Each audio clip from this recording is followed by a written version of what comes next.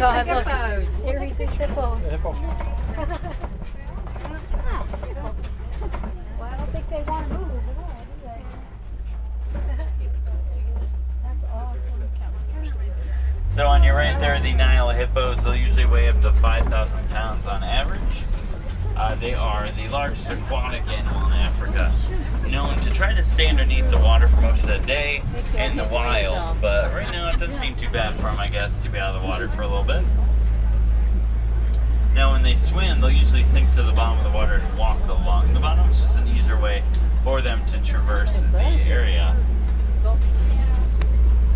But we'll continue around as you'll see another hippo munching away on your left, looking for some food.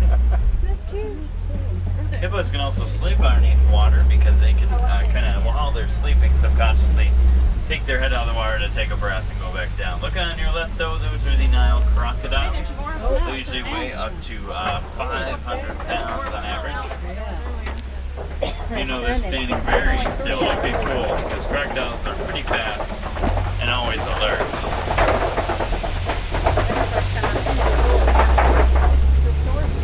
We saw one this morning there on this side. I didn't see it.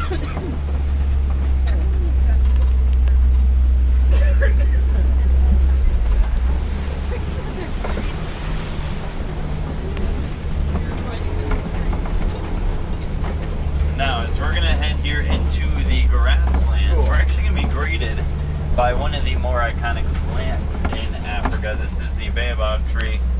The baobab will usually be leafless for up to 9 months out of a year, giving its very distinct look. Now, the baobab here will actually contain thousands of gallons of water within its center, making it a very valuable resource for refreshment for these animals, especially during the summer season when most watering holes will dry out due to how hot it can get. So instead, animals will need to look to these baobab trees as a way to cool themselves off. All they need to do to access water is use their tusk or their horn to tap into the center of the tree and grab that water.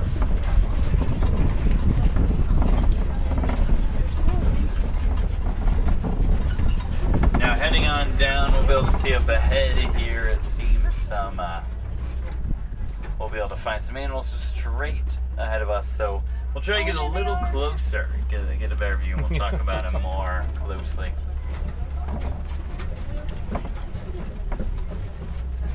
So there's just a giraffe. Yep. Coming right toward us.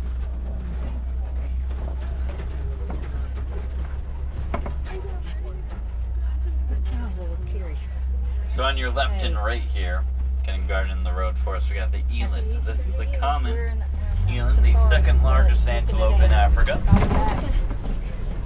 Just behind the number one largest, which is the giant eland. Okay. It's funny to me that these are considered common since they can weigh up to 1,200 pounds or so. Yeah.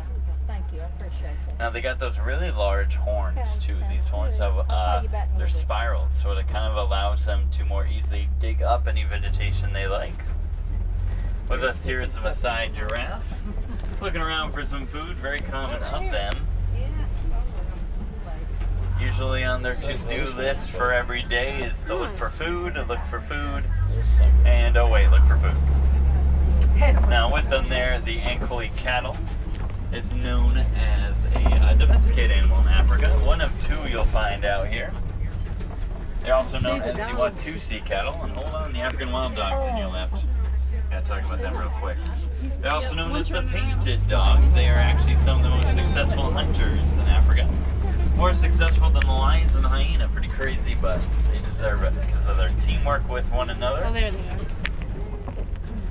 Teamwork makes the hunt work. As you're looking on your left, you'll see the wildebeest behind them, the sable antelope. Sable antelope are the official emblem of the reserve, actually.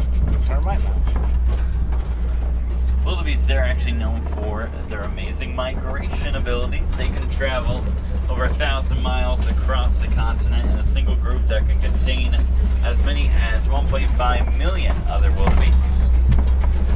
Look, here comes the giraffe again.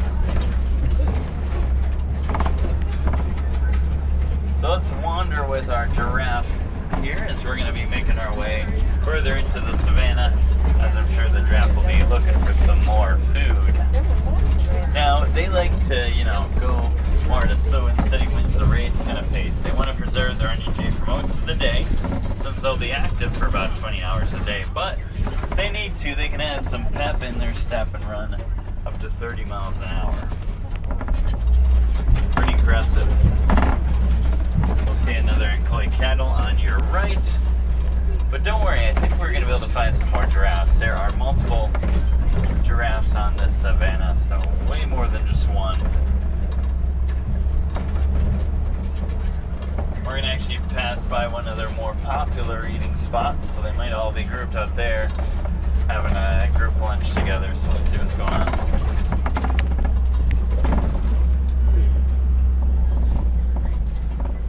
Now, the Nkoi cattle, known for those horns, that are actually much lighter than you'd think.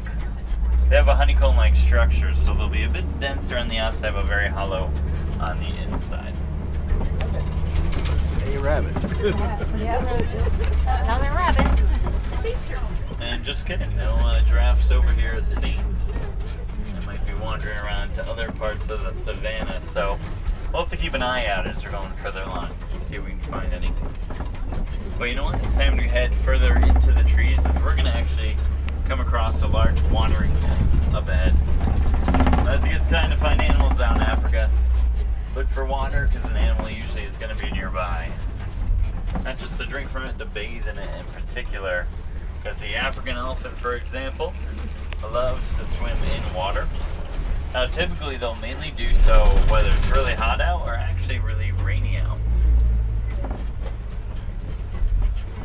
I guess their logic is if they're already soaked, why not just, get more soaked?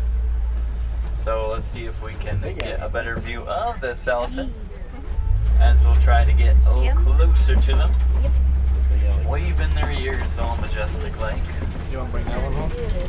No. You gotta keep it on. Plug it into that. Now they will weigh ranging from 8 to 13,000 pounds. We'll be able to identify them by their ear. Each ear is actually going to be kind of shaped like the contour